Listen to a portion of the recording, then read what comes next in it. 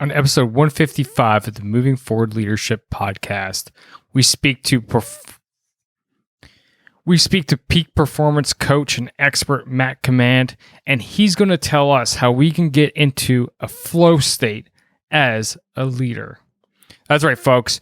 It's all about peak performance yet again today. Are you ready for this? All right, let's do it. Welcome to the Moving Forward Leadership Podcast. This is your host, Scott McCarthy, and welcome to the weekly podcast where we focus on the three domains of leadership. Leading yourself so that you can be the best leader possible. Leading your team so you can build those high-performing teams. And leading your organization so you can drive that organizational output through the roof. Here at this show, we go and speak to world-leading leadership experts across those three domains and unlock their secrets, their tips, their tricks, and everything else in between, while coupling it with my 20 years of military experience as a senior Army officer in the Canadian Armed Forces to bring you the most complete leadership podcast going. You can find out more everything Moving Forward Leadership at movingforwardleadership.com. Now, let's get to the show. Yes, welcome one, welcome all. Thanks for coming out. It's so great to have you here. And yes, Scott McCarthy with another great podcast episode for you so that you can be the best leader possible across those three domains, as I said in the introduction. And if you want to check out today's show notes, be sure to hit movingforwardleadership.com/155. As well, just a quick little announcement. This month, I am running a survey for the Moving Forward Leadership podcast. So if you want to be able to influence the show, help me shape it a little bit better, to serve you better, I am listening. I just need you to go to movingforwardleadership.com/survey, links in the show notes, by the way, and fill out that quick survey. It's really just going to take like 2 minutes of your time. And then from there, you're going to be entered into a draw for a book of your choosing. So again, just hit movingforwardleadership.com/survey. Takes 2 minutes. It's basically to help me to help you to make this podcast better. And I'll tell you that we do got some changes coming down the pipe soon enough, but more on that later. All right, let's talk about today's episode, hitting a flow state as a leader. What is flow? Well, we're going to really get into that later, but essentially it's getting into that mindset and mental state where you're at the top of your game. And I talk about this on podcasts so often. We as leaders need to be at the top of our game because our people and our organization depend on us to be at the top of our game. That's when we make our best decisions. That is when we are able to influence people the most. And that is when we are able to execute relentlessly on whatever projects, tasks that we're working on.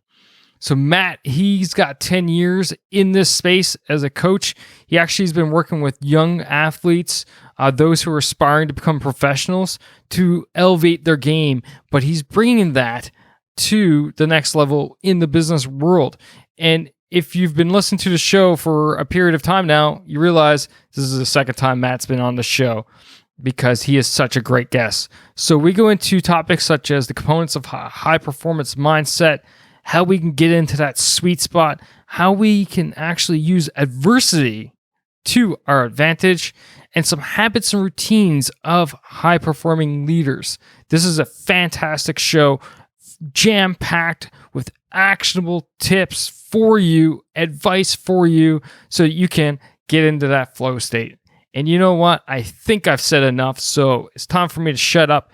You sit back, relax, and enjoy this interview about how you can get into flow as a leader with Matt Comand. Matt Comand, man, welcome back to the show. It's so great to have you here yet again.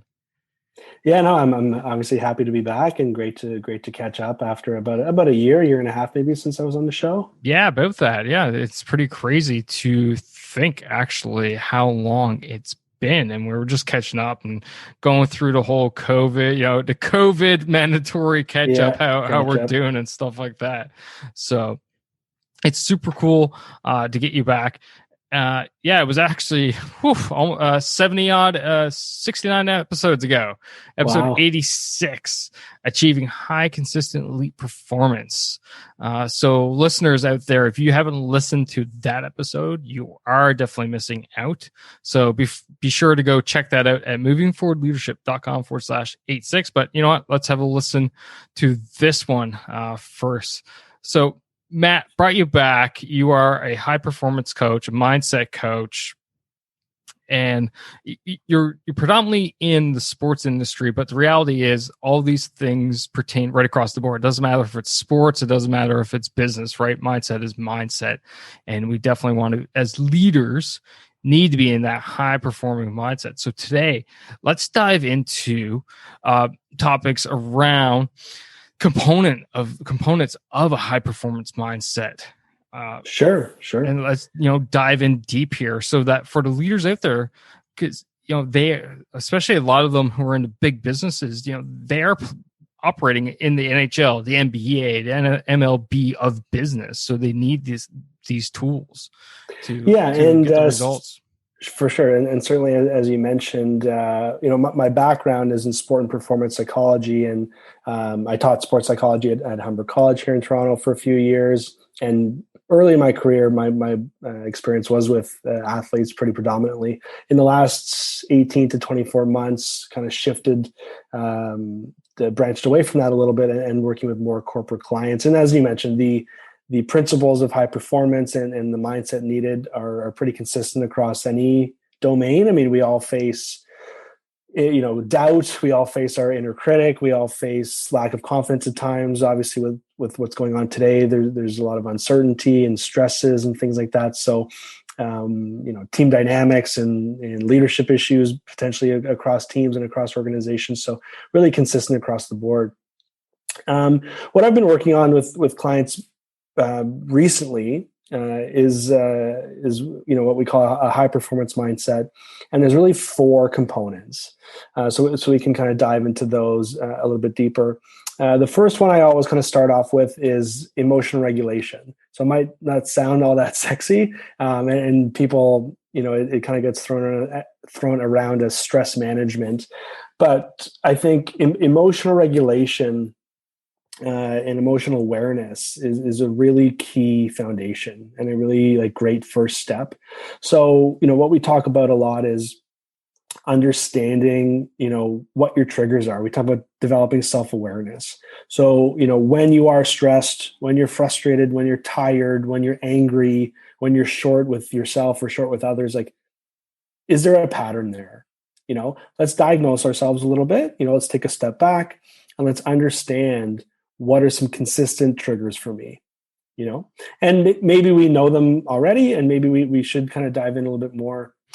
Yeah. So actually, first off, when you're saying trigger, what are exactly you're talking about for, as a trigger? What could some common triggers be? Yeah, what is a trigger in general, and what are some common ones out there for leaders to be aware of and trying to track them? Great question. So common triggers that I've seen a lot in the workplace, first and foremost, getting maybe getting criticism or getting some performance reviews or getting some sort of feedback from leadership that's maybe harsh or critical, that maybe it's public and it's in front of your peers. So obviously that can get people pretty frustrated, pretty angry, pretty stressed, maybe if their boss is delivering feedback in a pretty harsh way. Another one is just lack of results. People might not see the progress they're making and might not be getting the outcomes that they're used to. They might be hitting that plateau. So that's typically one. Just interpersonal conflict with some people at work and different personalities clashing. We all deal with that. That could definitely be a bit of a trigger that sets us off. life stuff as we've seen with COVID over the last 8 or so months, just things going on that I think in a perfect world, it's like, oh, let's park it at the door and focus on work. But we're all human beings and we carry things with us. So those are some of the common ones, the lack of success or lack of perceived success, the criticism or the feedback from management, and then interpersonal conflict and personal issues. So those are a few, and that was a great question. And then, the next step we work on is one of the first questions I ask is, when are you at your best? So let's say there's a 1 to 10 scale in terms of energy, in terms of intensity. 1 being, really low, this is, pretty low key, pretty chill, pretty relaxed, and 10 being very high energy and kind of pumped up, amped up. When are you at your best on that 1 to 10 scale? And really, there's no wrong answer. Some people, just their personality, what their job is, the team that they're on, their experience level, maybe they're at a 3 or a 4, and they operate better when they're in a kind of a relaxed mood and a relaxed setting. Other people might be an 8 or a 9, right? So they're a lot more energetic. Maybe they're pacing. They're talking to many people. They feed off others. And so understanding where you are on that scale when you're at your best is a key point. And then the next one is, being able to recognize in yourself when you're not at your best. So what are some signs you can recognize in yourself that tell you, whoa, like I'm not in my sweet spot right now. I am not at my best. And do you get really quiet and, resigned and kind of shut down? And, some people experience stress that way, and other people get very animated, very angry, very loud, very tense. Do you experience stress that way? So just kind of diagnosing where you are on that scale and being able to recognize signs in yourself when you're not in your sweet spot is kind of the middle step. And then the last step is to build mental skills to help us get back into the sweet spot. So if you are feeling, you're going off the deep end, you're super angry, you're so fired up, lots of energy that you don't know what to do with, can we get into some breathing exercises? Can we get into some mindfulness exercises? Can we get into something called progressive muscle relaxation? There's several mental skills that we can take that we can build and use that will help us kind of get back into our sweet spot. So that's kind of the 3-step process in terms of building self-awareness, identifying your sweet spot, and then using the mental skills to get you back into your sweet spot when you're not there. I'll definitely tell you, I am more towards the latter than the former. I get pretty irritable when I'm not in my sweet spot, and I'm feeling it today, to be honest. I didn't sleep well last night. And we are, you and I both know lack of sleep does not help performance, right? No, for sure. And that's really common. I mean, I think in bringing it back to sports, what I've seen a lot of with clients is when they're stressed, it definitely, it comes out as sometimes anger, frustration, technical fouls, penalties, things like that in sports. And then a lot of times in corporate settings, there is that, and people certainly do get angry and stressed and everything. But there's also the other side of it where they kind of get resigned, they get quiet, they throw their hands up and say, "Okay, I'm going to do my job, but I'm not too excited about it." So obviously that's not a good place to be either. So again, just recognizing in yourself when you're kind of not at your best. I was just looking as you were talking. Not that I wasn't listening to you. I was totally listening to you. But I was quickly looking for a study. Unfortunately, I couldn't find it. But there was a study out there for military snipers. Of course, I'm going to bring back to an Army context. Military snipers and their accuracy as sleep decreased. And they had a couple different trials. And I don't remember the stats off the top of my head, so I won't paduma it or make it up. But there was a significant difference between those snipers who got 8 hours of sleep and those who got 7, and those who got 6 and less than. Like, I'm talking like significant differences, and it just shows even at that high elite level of what little thing like sleep that most people take for granted, what it could do in a impact it could make on your performance and your mental state and your look, I'm losing my train of thought here. Yeah, no, it's proof right here, right now, for right? for sure. And it's, I mean, recovery, as you know, as you said, as simple as it sounds, but sometimes I ask clients like, how hydrated have you been lately? You're drinking a lot of water. What's your sleep been like? How's your nutrition? Because obviously sleep, hydration, nutrition like affect our brain, affect how alert we are, affect our decision making, affect everything, right? So yes, we can talk about these mental skills and flow and high performance and all that, but are we trying to skim off the top? Are we not really taking care of the foundation? So recovery is a big part of everything as well. No, I love that, because here at Moving Forward Leadership, I focus on my 3 domains of leadership, and the first one being lead yourself. Mm-hmm. And this is exactly what we're talking about. If you can't lead yourself, then how do you expect to be able to lead others? And all these things that your aspects that you're discussing here are components of leading yourself. Your sleep, your health, your hydration, your physical fitness, how well you eat, like, all these things. Do you take some you time? Do you take some personal time? Just get away from either the work, the wife or spouse, children, whatever. So I absolutely love it. Yeah, and it's I think obviously with what's going on today, as you mentioned, taking time for yourself and putting some boundaries up probably has become more difficult. There's not a artificial boundary between work and home. A lot of us are working from home, whether that's being cooped up in a bedroom in a condo alone, or maybe having kids running around and multiple people working in the same home. So that need to communicate boundaries probably has increased as the boundaries go down sometimes. Absolutely.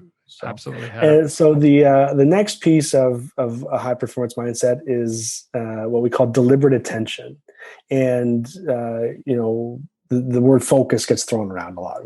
Being able to focus, being able to refocus. So I got distracted. So the biggest thing here is identifying cues, identifying relevant cues. And I started when I first started my career, I would ask people, okay, what do you need to focus on to play well or to perform well? What do you need to focus on?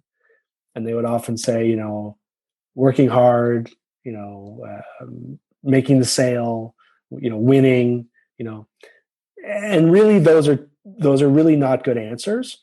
And so I had to look in the mirror and say, okay, if I'm getting a lot of bad answers consistently, it's probably a bad question. So I rephrase the question now to, what information do you need to read to make great decisions?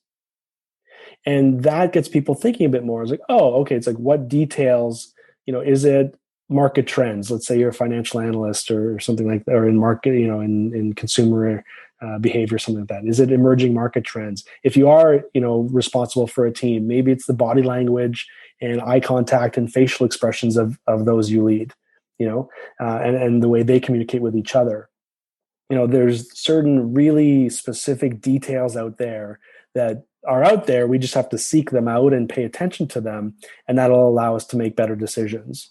And obviously that's part of leadership. So identifying 3 or 4 anchors, we call it. Obviously, in a boat, an anchor keeps you from drifting away. So when you drop an anchor, so a focus anchor is, okay, when we are distracted, either by what's going on around us, what we're thinking about other things, we're, distracted somehow, we can go back to our anchor, and that's going to help us refocus on the right things. So I often try to help people come up with a pretty short list, like 3 or 4 core focus anchors that, hey, if you can pay attention to these 3 or 4 things pretty consistently, you're going to set yourself up well for success.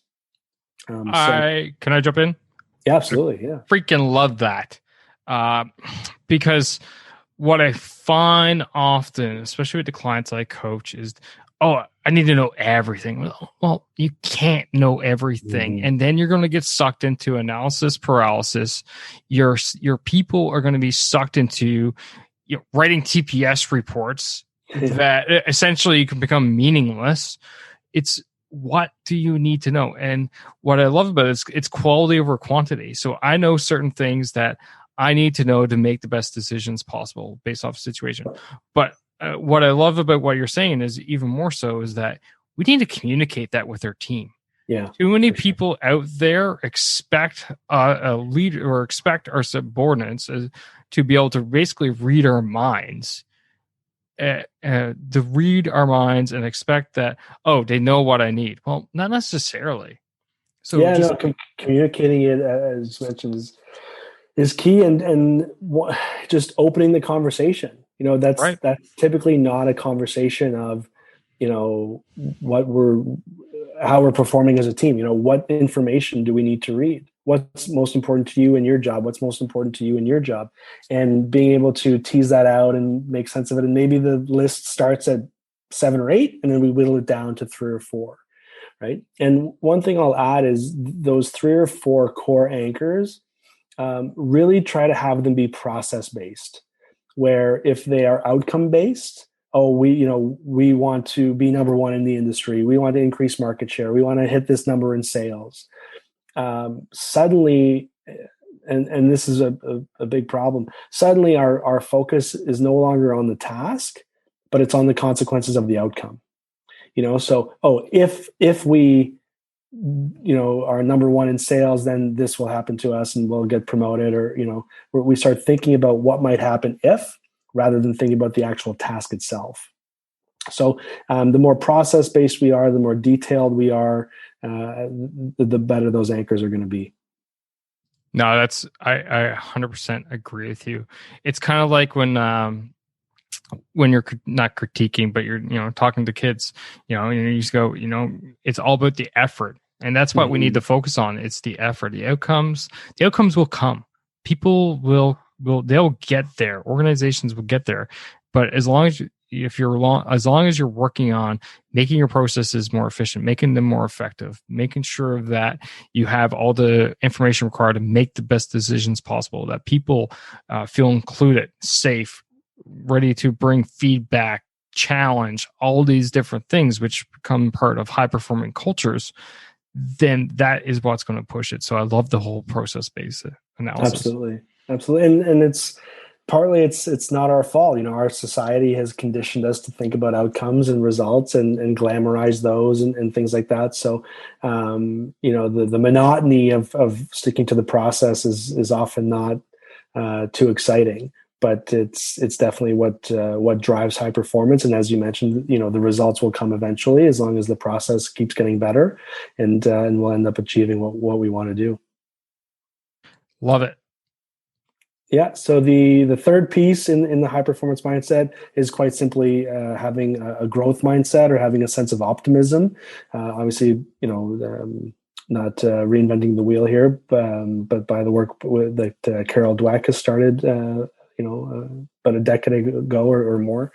So just really embracing adversity and understanding that what that means, what struggle means to us, needs to be changed. I think when we grow up in school and sports, and how we and maybe even in work as adults, when we struggle or when things don't go our way, we internalize that, and we create this story of, I guess I'm not cut out for this. I'm not, I don't belong here. I'm not going to be a great member of the team. Maybe I shouldn't apply for that job or that promotion.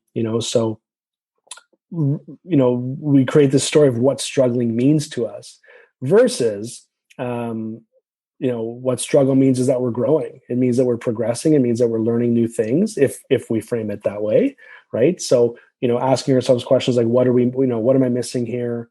What did I learn through that struggle? If some of your listeners maybe think about a struggle that they went, they're going through currently, maybe, or one that they've gone through in the past, what did they learn about themselves weeks, months, years later? In the moment, struggling is not all that fun, obviously, but later on we can look back and say, okay, what did I learn? How did I grow? What skills did I need to learn in that moment that I maybe otherwise wouldn't have had the chance to learn? So using adversity as an opportunity to grow, as an opportunity to learn, and kind of shifting our perspective on what struggling means to us, I think, is the key here.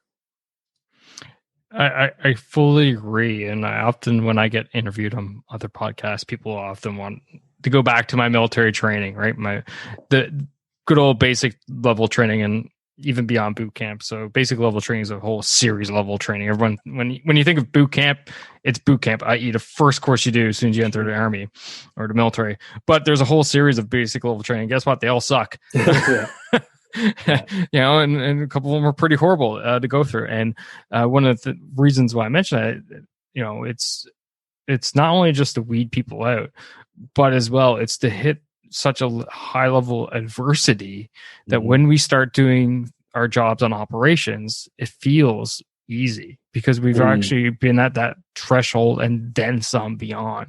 So that's why we trained so hard prior to my deployment to Kandahar, because we hope that what we would face over there would be not as difficult as what we faced, back in Canada. So, but obviously we can't train for every single situation. So for sure. And I think, that's a great point where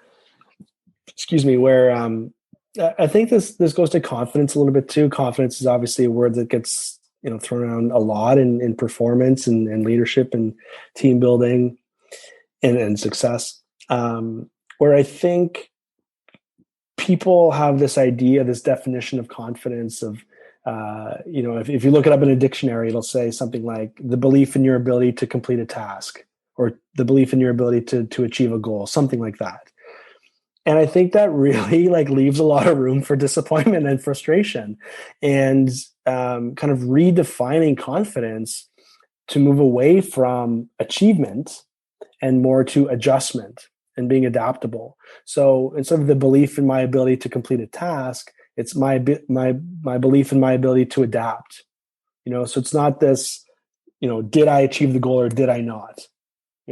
It's, hey, whatever gets thrown at me, I believe in my instincts. I believe in my training. I believe in my preparation, that I can adapt and adjust and kind of adapt on the fly and respond well to anything that gets thrown at me. Because obviously, a lot of challenges in my experience, both as a coach and as a consultant, a lot of goals or challenges do not often present themselves exactly the way we've prepared for them, if that makes sense. So obviously something like COVID, a year ago, nobody saw coming. We've all had to adjust, and maybe the goals that we had or the challenges we wanted to take on have either, had to change drastically or be postponed. So, being able to respond to hostile environments, unpredictability, I think that's the key of where true confidence comes from versus, I think I can achieve goal X in this amount of time. That's a little bit too rigid for today's changing landscape, I think. No, that's awesome. So you've worked in high level sports. You're now a consultant, working with big businesses in the Toronto GTA area and around the world online. What I'd love to know is, with your clients, those really high performing people, what are some of the common themes you see? Those things that they do on a consistent and constant basis that puts them in that state where they're executing at the highest possible level, making the best decisions possible, constantly, on the ball, on their game. What are some of those, really deliberate things, tangible things that they do on a constant basis for the listener out there, so they go, okay, this is where I can make changes in my daily routine or my life or how my habits, etc. Yeah, the number one thing that's coming to mind right now is their ability to be present, and their ability to be totally absorbed in the moment and almost have an indifference to the outcome. Obviously, everybody cares about the outcome, whether that's winning a game or getting a scholarship, getting drafted, or making a sale, getting a new job, whatever it might be. The outcome, we all care about it. But they almost, in the moment of performance, they almost have an indifference to it. And and what I mean by that is they're so engaged in what they're doing they're focused on the task at hand, they've forgotten about what might happen if. We touched on this a little bit with the focus and the deliberate attention chat, where the what ifs are kind of the bane of my existence as a performance coach. What if, clients talk about all the time, what if I don't get the sale? What if I don't make the team, don't get the job? What if this, what if that? And certainly there's time for planning and forecasting and things like that, obviously. But when we're kind of caught up on what might happen in the future if, we're suddenly very distracted. So again, focusing on the task at hand and kind of losing yourself in the moment is something that high performers, I think, can do consistently. And I forget which sports psychologist. It might have been Michael Gervais, who's the sports psychologist for the Seattle Seahawks. And he has a podcast as well, and works with Microsoft, and he works with a lot of high performers. And I believe it was him, but don't quote me on it. He mentioned he has a saying that being present is performing.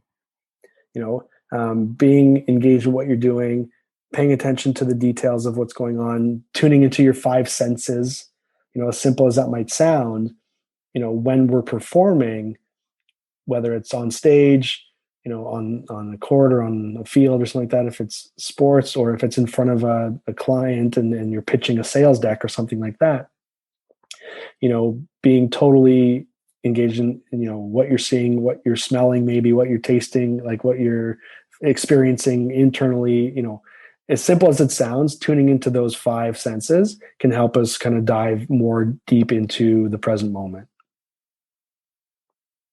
And the other thing is that, people talk about pressure and expectations, and they can be crippling. The stress of whether it's pressure you put on yourself, pressure from other people, and those high expectations.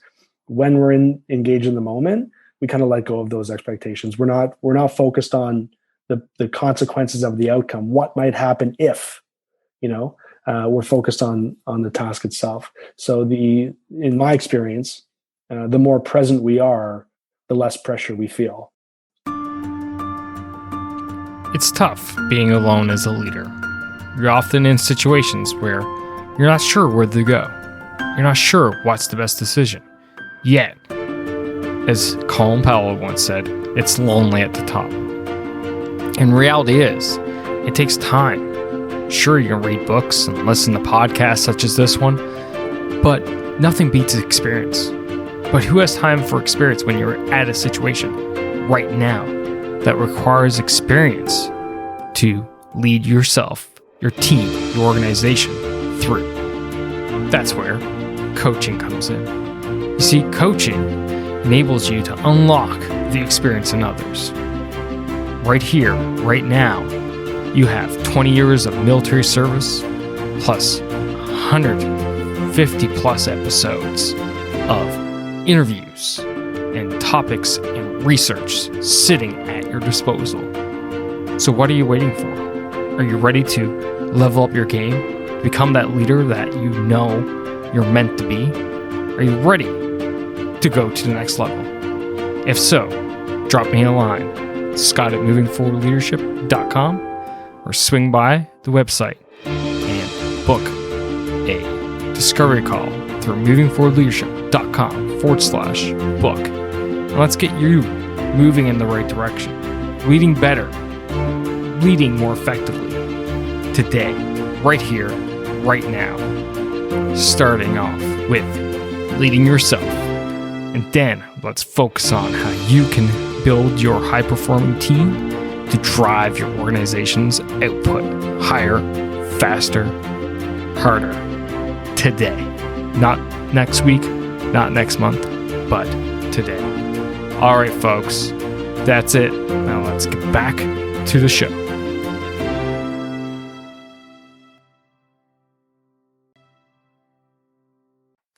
That makes absolute sense. Absolute sense. Now, you hear often people talk about flow when we're talking about this high performing mindset and stuff like this. When you when you're just focused completely on the present and all these what ifs don't matter anymore, you're present with your people, you're actually listening to what they have to say. Is this where we're getting into that flow state? Or if not, one, what is the flow state? I guess is probably the first question I should have asked. But two, how do we get into it, and what are the benefits that leaders can find for that? Sure. So the one way to kind of break down that flow state is we've heard the term being in the zone. You're totally in tune with what's going on. Confidence is at an all-time high. Things are pretty easy. Things are flowing easily. But the necessary ingredient for that to happen is something called the challenge skill balance, right? So the challenge that we're facing has to match our skill level. So let's say that the challenge is too low and our skill level is high, so that things, whatever we're attacking is too easy. Maybe we'll get bored pretty quick, right? We won't be too engaged. We attain success too easily, and it's not all that exciting, right? If it's below our skill level. On the other hand, if the challenge is very high and the task is very low, and the skill required, the challenge is very high, our skill level is quite low, we're going to become maybe frustrated and want to quit and decrease motivation and all those things. So finding activities that and finding ways to engage in those activities where our skill level matches the challenge. So like making it difficult on purpose is necessary for us to be in that flow. And if you think about maybe playing an instrument, playing a video game, painting something, like whatever hobbies that we kind of lose ourselves in, the best moments are like when you're like, oh, I almost had it. Oh, I was so close. Let me try again. And that's when we're kind of at our best. And that challenge skill balance is right there. The problem that a lot of people face is, inherent in that challenge skill balance is risk. You might be, oh, I was so close. And then the next day, oh, I was so close. And like, you might not quite feel it. Right. So, kind of fighting through that plateau and kind of living in it is really a key step.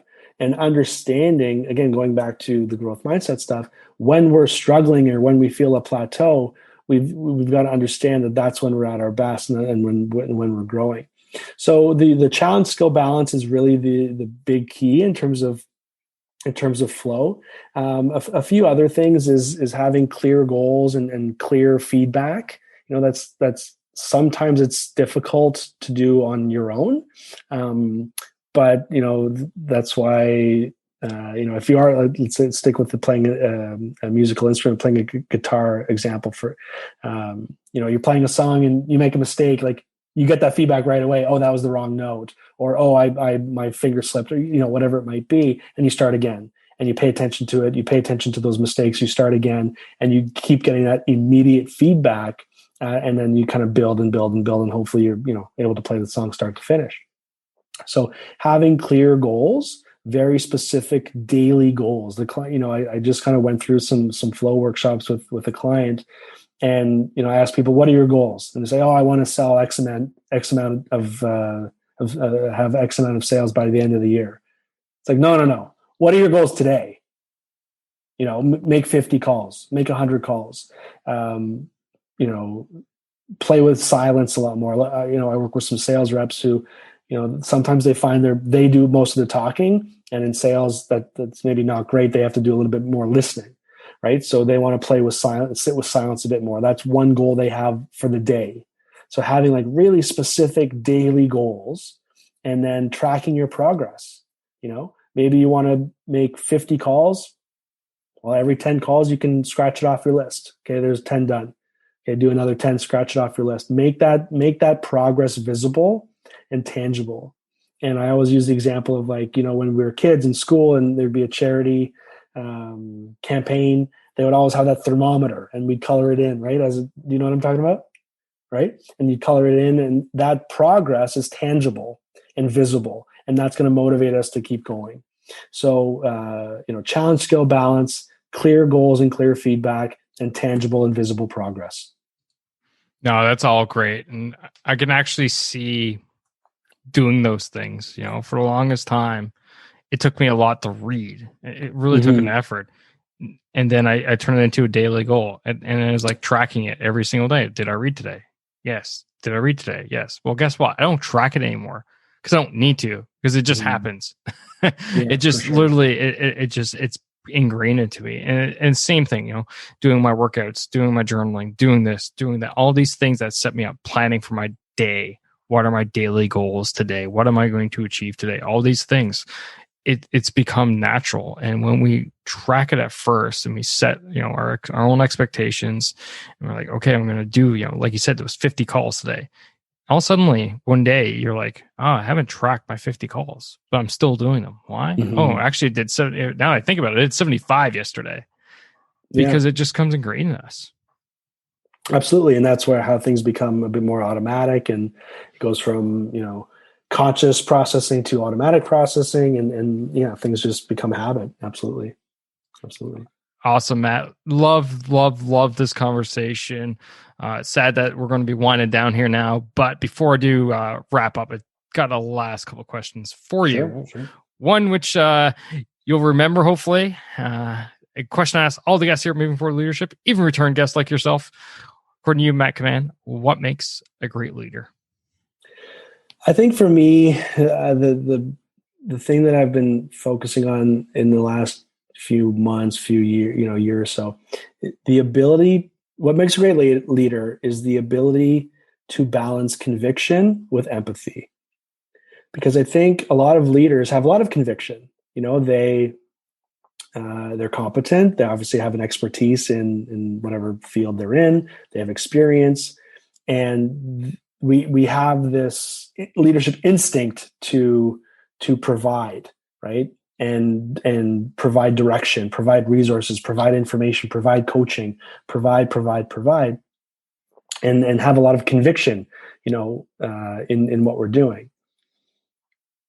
However, I think, what's become clear in the last 5, 10, 15 years is that empathy and relationship building is really a mark of a great leader, and being able to understand your employees, being able to understand those around you, their emotional awareness, their lives outside of work, their body language, truly listening to them.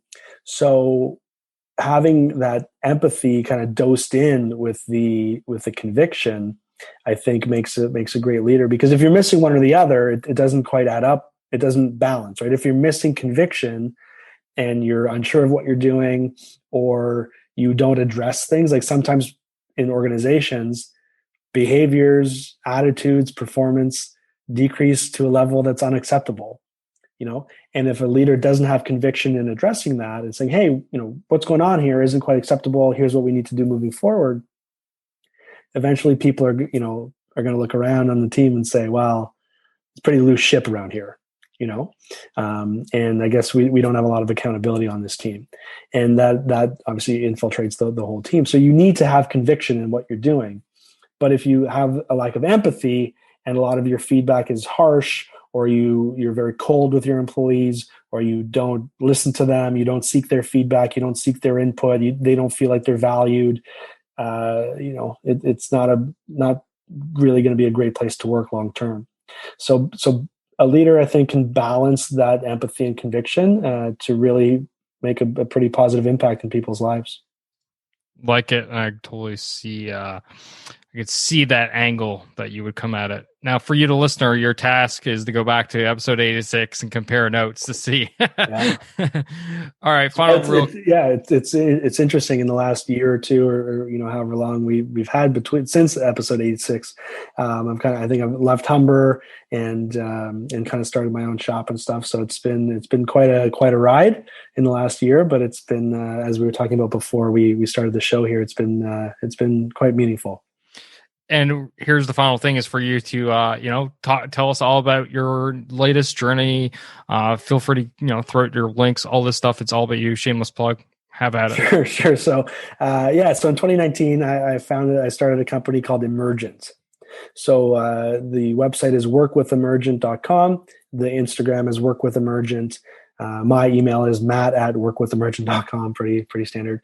And I'd be happy to hear from anyone if you have any questions or would like to learn more about what's going on. On a micro level, kind of a more detailed level, we work with organizations on building mental and emotional skills for their employees. And we work with leaders to help them design the optimal work environment for their employees. On a macro level, kind of our purpose or our mission is that we'd like to think we bring people together in pursuit of great challenges. So if your team is pursuing hard things and you want to bring people together in pursuit of that, we'd like to be part of that process with you guys. So work with emergent.com and work with Emergent on Instagram and just Emergent on LinkedIn, I think. Awesome. For you, the listeners, always, it's easy. Just go to movingforwardleadership.com/155-155. Links are there and show notes for you, Matt. Man, so great having you here. It's so great. Well, one, talk to a fellow Canadian, but two, to be able to talk about these super interesting topics of high performance and performance mindset. Something that, leadership, I don't think many leadership podcasts out there even give it light of day, which is sad. But for you, the listener who's still listening, this is why you come to this show, because we talk about these things here, because that is a part of leadership, being at the top of your game to make the best decisions, to lead your team and lead your organization the right way. And it does not happen if you're just a sluggish slob. Yeah, exactly. And as you mentioned at the start, you can't control your team if you can't control yourself, right? So, and certainly I don't mean like control your team in terms of micromanaging or anything like that, but it's hard to impact your team in positive ways when, you're a little bit unhinged or a little bit overwhelmed, run down, stressed, burnt out, those things. So making time to take care of yourself, understand your own performance, diagnose it, make, small tweaks here and there, 1% a day compounded over time can have pretty large effects, obviously. So just understanding yourself a bit more and building those mental skills to help you perform at your best will hopefully be a great example for those you lead. And show's done. You're still dropping knowledge bombs. Look at this. hopefully, yeah.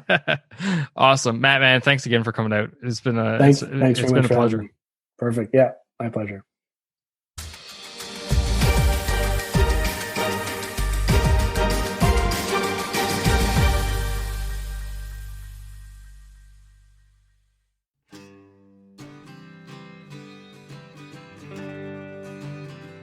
And that's it for this episode today. And if you listened to it to this far, wow, you're a super fan. Thanks for listening. But before we close out, I got two things I wanted to let you know. First being, did you know that it's easy to share the Moving Forward Leadership podcast? You see, regardless of what app you're using to listen to this show right now, whether that's on your phone, be it Android or iOS, or it's on your computer through the website, there's a share button right there. So why don't you take a moment and share this episode? That's all I ask. Don't even care about a rating and review anymore, but rather I would you to share it with someone, because you know what? They'd probably get something out of this episode as well.